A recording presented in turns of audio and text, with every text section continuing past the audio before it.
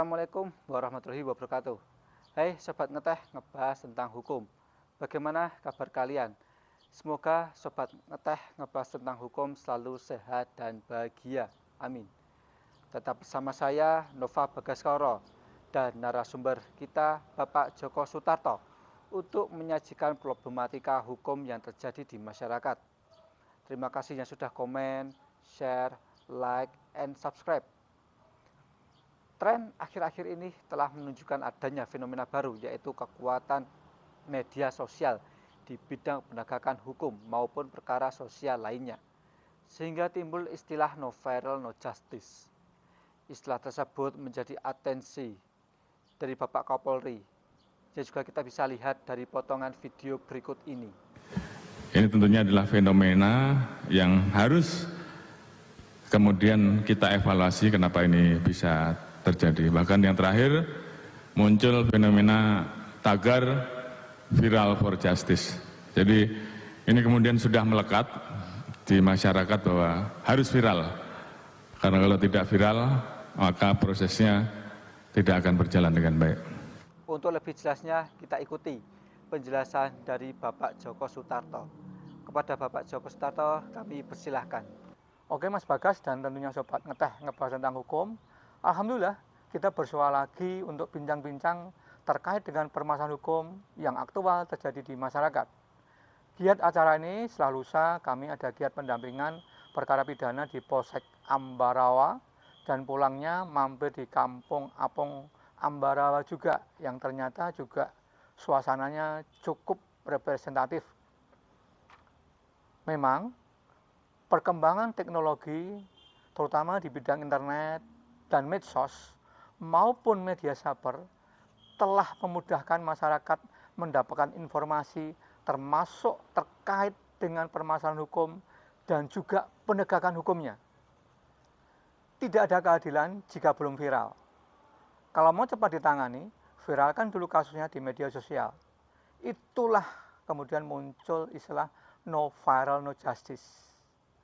Apabila kita sebelum muncul dan merebaknya dunia medsos, baik itu Facebook, Instagram, YouTube, WhatsApp, masyarakat kita bisa merasakan adanya ketidakadilan, maka menempuh jalur struktural yang formal.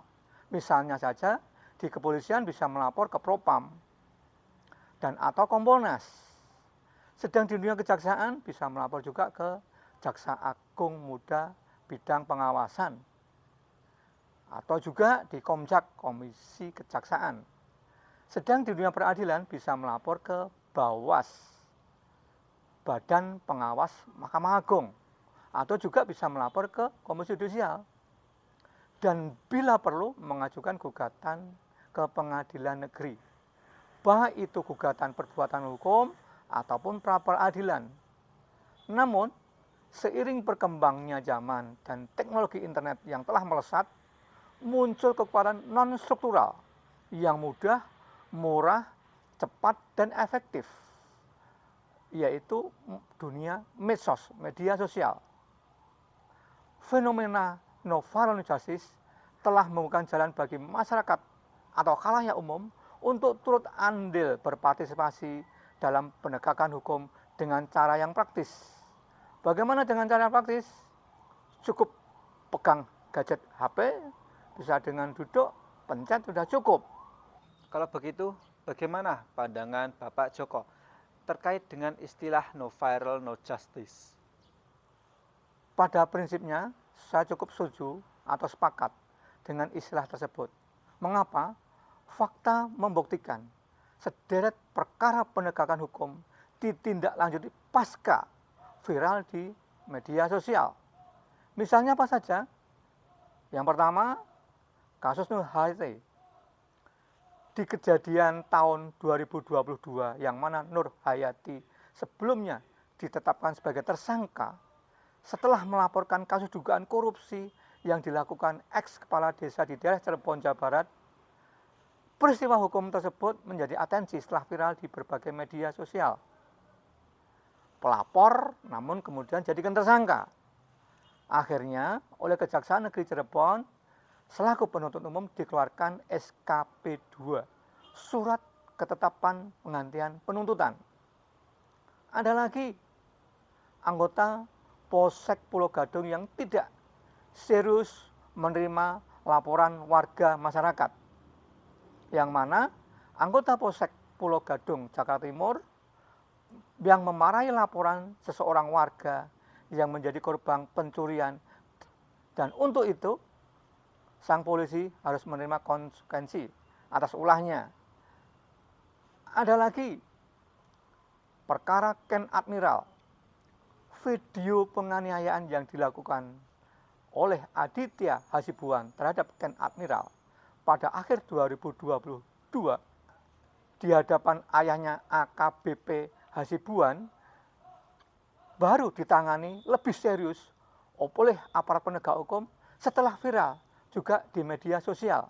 Padahal bila kita urutan waktunya atau timelinenya, perkara tersebut justru malah lebih awal dibanding dengan kasus penganiayaan Mario Dandi. Mas Bagas dan Sobat Ngeteh, perlu saya ingatkan agar masyarakat untuk bijak menggunakan media sosial. Hoax atau berita bohong tentunya bisa menyusup di ruang digital. Alih-alih sukses ingin membuat viral penegakan hukum, namun malah menjadi bumerang. Pasalnya apa? Kurang cermatnya menerima informasi dan minimnya literasi, kemudian mengupload ke dunia maya, dapat berakibat fatal dengan menelaah mentah-mentah kabar yang berdampak terkena sanksi jeratan Undang-Undang Informasi dan Transaksi Elektronik. Untuk itu kami juga berpesan, bijaksanalah menggunakan gadget, bijaksanalah untuk memviralkan. Pikirkan dulu, setelah matang, yakin bahwa itu ada nilai kebenaran, silahkan untuk mengupload. Terima kasih. Demikian tadi penjelasan dari Bapak Joko terkait dengan tema kali ini, yaitu No Viral, No Justice. Sebelum kami tutup, saya akan menyampaikan kalimat sebagai berikut.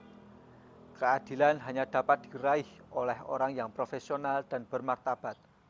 Memviralkan peristiwa hukum menjadi salah satu solusi meraih keadilan.